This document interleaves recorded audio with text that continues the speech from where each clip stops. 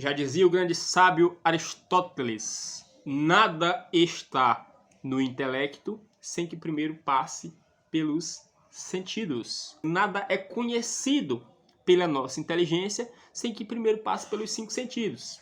Visão, audição, olfato, tato e paladar. Só que nós temos um problema muito grande. Por quê? Porque com os nossos sentidos, nós só conseguimos conhecer o singular, as coisas individualmente. E com o nosso intelecto, só podemos conhecer as coisas universais, universalmente.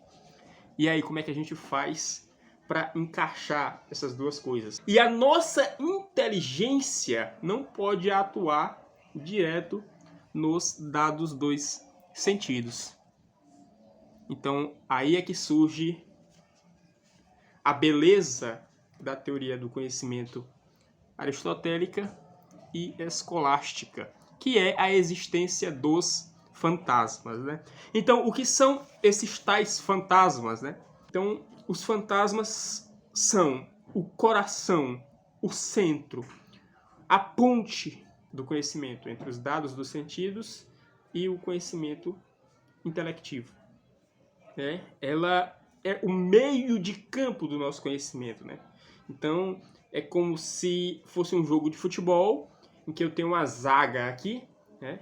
Que seria a apreensão dos dados dos sentidos, querendo fazer um gol no time adversário e fica dando chutão diretamente para o ataque, né? E toda vez a bola é interceptada pelo time adversário e eles nunca conseguem marcar o gol. Por quê? Porque a bola tem que passar da zaga e para o meio de campo, que seriam os fantasmas aqui, né? E do meio de campo, o meio de campo recebia a bola da zaga ali, trabalhava as jogadas e passava a bola para o ataque, né? As assistências, para que eles fizessem os gols. Então, sem esse meio de campo, sem esse centro, sem essa ponte, conhecimento humano é impossível. Beleza. Mas o que são esses fantasmas? Os fantasmas seriam justamente imagens individuais daquelas coisas apreendidas pelos sentidos. E não só apenas imagens visuais, não. Mas são imagens dos 5 sentidos, né? Fica gravado na imaginação, que é o depósito dessas imagens, né? O nosso imaginário é um grande depósito, é um baú em que você coloca esses tesouros chamados fantasmas, né? Cada fantasma que você coloca dentro do seu imaginário, dentro da sua imaginação, é como se fosse uma moeda de ouro, né? Então, ficam gravadas ali diversas imagens visuais, imagens auditivas de uma melodia que você ouviu, de algum som que você ouviu, imagens olfativas de algum aroma que você sentiu, seja agradável ou desagradável, né? Dos gostos que você sentiu, se alguma coisa é saborosa, se alguma coisa tem sabor doce, amargo, azedo, e imagens táteis, né? Se alguma coisa é lisa, áspera, rugosa, macia. Então, todas aquelas sensações ficam gravadas em você, pequenas imagens individuais que são chamadas fantasmas.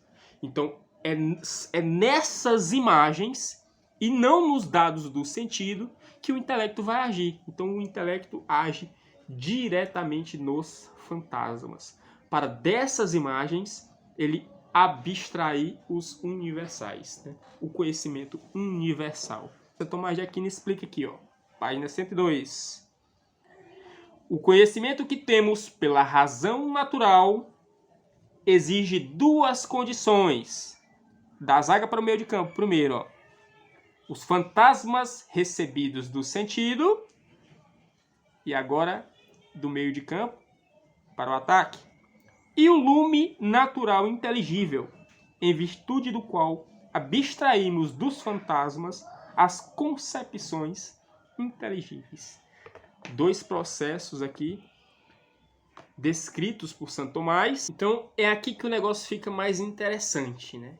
Como é que ocorre a passagem entre a zaga, o meio de campo e o ataque para que o gol ou o conhecimento humano seja realizado, seja efetivado, né? Então, os fantasmas aqui, que são o centro, recebem dos dados dos sentidos, que são singulares, e o nosso intelecto abstrai os universais dessas imagens chamadas fantasmas. Então, se aqui são singulares e aqui são universais, qual seria a natureza dessa coisa do meio? Ela seria singular ou seria universal? O que é que vocês acham aí? Para que haja uma ponte, né? Vamos fazer a analogia aqui. Jesus, único mediador entre Deus e o homem. Por que ele é o único mediador? Porque ele é o pontífice, é a ponte. Aqui está Deus, natureza divina, e aqui está o homem, natureza humana. Nosso Senhor Jesus Cristo, para ser a ponte, o único mediador entre os dois, ele precisaria ter ao mesmo tempo natureza divina e natureza humana. A história de um vivente que é Deus e homem ao mesmo tempo. Isso não foi, segue! O centro aqui, o meio de campo, tem que ser as duas coisas ao mesmo tempo. Da mesma forma são os fantasmas. Os fantasmas são individuais, singulares como os dados dos sentidos, ou são universais, como os entes abstratos do intelecto. Então, são as duas coisas ao mesmo tempo. E se não for, segue! E se não for, segue! Então, cada vez que nós aprendemos algo do sentido, por exemplo, vi um copo, né? Então, cria-se uma imagem, né, na minha imaginação, no meu imaginário, na minha fantasia, deste copo. Então eu vejo outro copo diferente.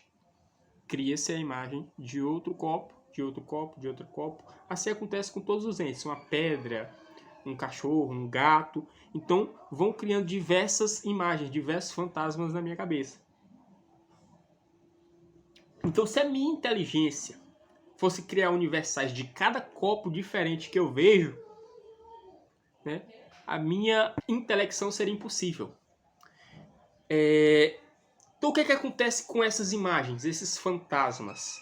Eles vão se agrupando ali, se organizando, e surge ali desse agrupamento, dessa ordenação, dessa organização de várias imagens ali, é criado algo na imaginação que a gente chama de eidos, ou espécie, né? Que esse fantasma imaginativo aqui, essa espécie, esse eidos, é um copo, é a imagem de um copo, ela é um copo individual e vários copos ao mesmo tempo. Ela tem um quê de singular e um quê de universal. Um cachorro, tem uma imagem de um cachorro na minha mente,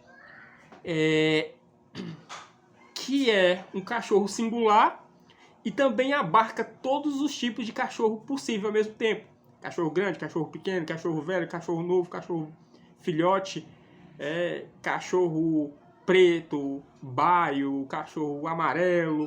Então, essa imagem, ou esse fantasma que tem na minha cabeça, agrupado de diversos fantasmas, que são imagens de cachorro diferentes, que eu aprendi pelos dados dos meus sentidos, né? Ela é o quê? Um cachorro singular e genérico e universal ao mesmo tempo, para servir como ponte entre os dados dos sentidos, que são singulares, e a abstração do intelecto, que conhece apenas os universais. Então essa é a beleza do que chamamos de fantasmas, né? Então essa é a chamada teoria do conhecimento aristotélica e escolástica, né?